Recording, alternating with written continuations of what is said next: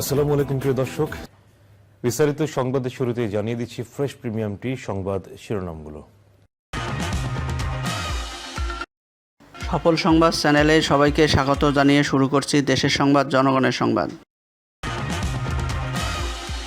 প্রথমে এই বিশেষ শিরোনামটি বলছি। জাতীয় নির্বাচনের তারিখ ঘোষণা। প্রধানমন্ত্রীর পদে এক ব্যক্তি দুইবারের বেশি নয়। এতক্ষণ শিরোনামগুলি শুনছিলেন, এখন বিস্তারিত। প্রিয় দর্শক, আপনার মূল্যবান মন্তব্য কমেন্ট সেকশনে জানিয়ে দিন। ভিডিওটি দেখতে দেখতে চ্যানেলটি সাবস্ক্রাইব করে আমাদের সাথেই থাকুন। হেফাজতে ইসলাম ও 6টি ইসলামিক দলের নেতারা অন্তর্বর্তী সরকারের প্রধান উপদেষ্টা ডক্টর মোহাম্মদ ইউনূসের সঙ্গে বৈঠক করেছেন।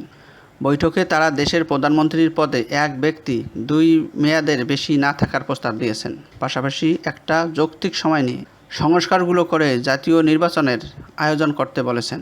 শনিবার বিকেলে রাষ্ট্রীয় অতিথি ভবন যমুনায় প্রধান উপদেষ্টার সঙ্গে ইসলামী দলগুলোর নেতাদের ওই বৈঠক হয়।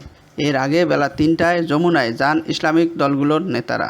বৈঠক শেষে বেরিয়ে বিকাল 4টার দিকে হেফাজতে ইসলামের নেতা ও বাংলাদেশ খেলাফতে মজলিসের মহাসচিব মাওলানা মামুনুল হক সাংবাদিকদের বলেন, প্রধানমন্ত্রীর পদে এক ব্যক্তি 2বারের বেশি সময় যাতে না থাকেন সেই প্রস্তাব তারা দিয়েছেন। এছাড়া একটা যৌক্তিক সময় নিয়ে সংস্কারগুলো করে জাতীয় নির্বাচনের আয়োজন করতে বলেছেন তারা।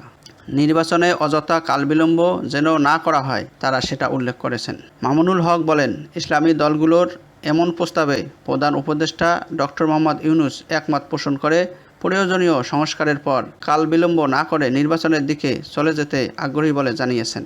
তিনি জানান, বৈঠকে হেফাজতে ইসলাম সংশ্লিষ্ট রাজনৈতিক দলগুলোর মধ্যে বাংলাদেশ খেলাফতে মজলিস, জমিয়তে উলামায়ে ইসলাম বাংলাদেশ, নিজামে ইসলাম ও খেলাফত আন্দোলনের নেতারা যোগ দেন।